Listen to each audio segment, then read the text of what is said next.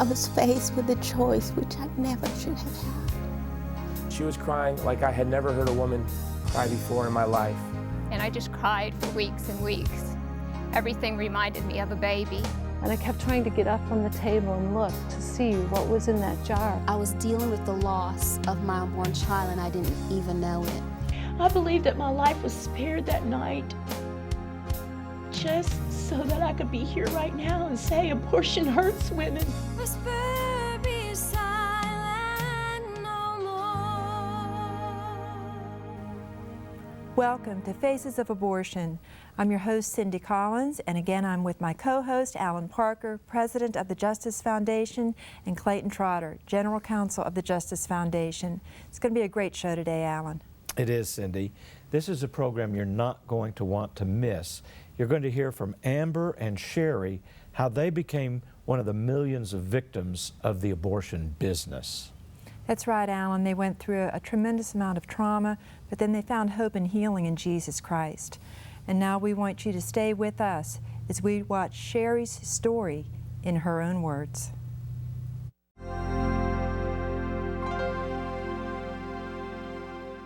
Hi, my name is Sherry Gull, and I'm from Hartford, Wisconsin. I've lived here most of my life with my wonderful husband and 3 children. I have a story to tell, and I'd like to start by telling you a little bit of my history.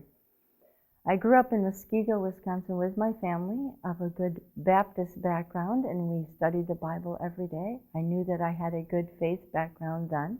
Went off to college, and I was with the InterVarsity group and did a lot of things with those churches. And then I met my husband, who came from Chicago. He was going to school in Eau Claire.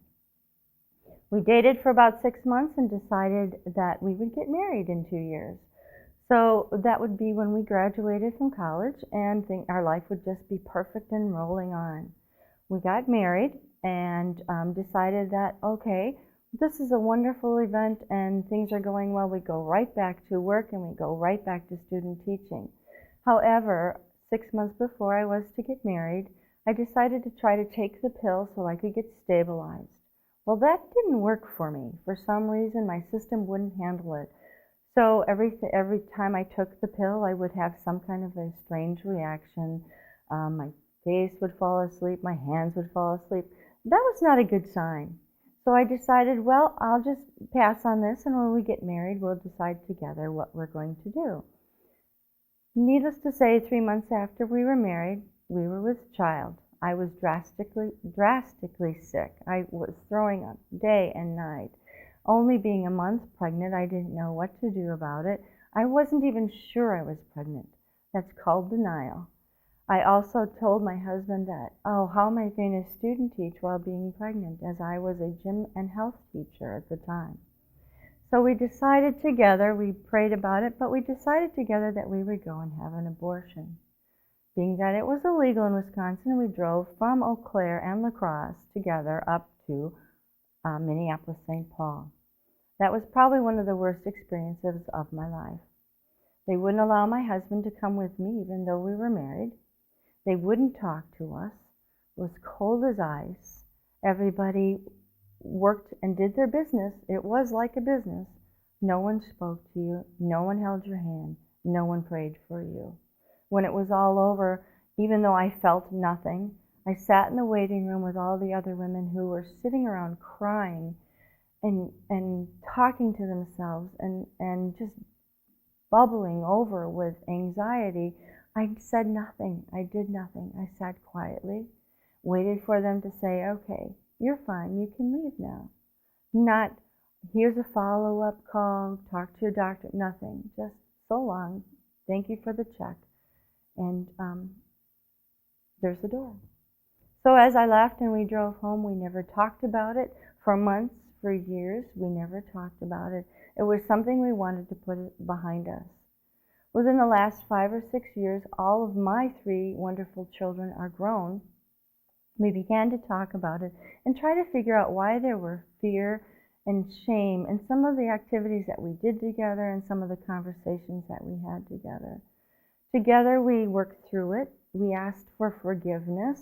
I've always felt that God has forgiven me, ever since the day it happened. But I guess never deep down did I really feel that God knew how sorry I was, and my heart, until I started going to a church that preached the Bible. They preached forgiveness and the waste of shame. And I've talked to a lot of people, especially at the pregnancy center, that are going through something like this. And the more I talked to people, the better I felt. The more I explained what happened to me, the more I felt free.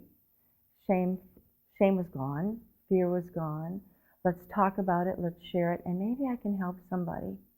So that's why I'm here today. I'm hoping that I can help you talk to someone, gather some strength by talking to your pastor, by talking to someone at a pregnancy center, by talking to girlfriends, by talking to your family. Open up. Tell them what's happened in your life. They will understand. They will love you. God will forgive you. God has always forgiven us in everything we do and say. He will forgive us forever. He gave His only Son for us. What more forgiveness could we ask for? So I ask you today, take time out. Share your heart. Share your feelings. Go talk with someone. Get it out on the table. Know that you're loved. Know that your family loves you, and that you too can have healing and less shame in your life, and that there is love out there. Your life will be forever better. Thank you for listening.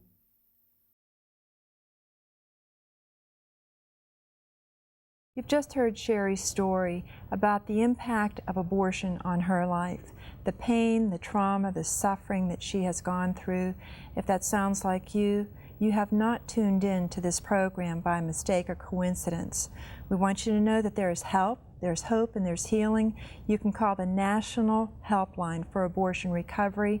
It is a free call. There is somebody there 24 hours a day, 7 days a week, that wants to help you, pray with you, offer help and hope and resources so that you can start on the journey and the road to healing. That number is 1-866-482-LIFE.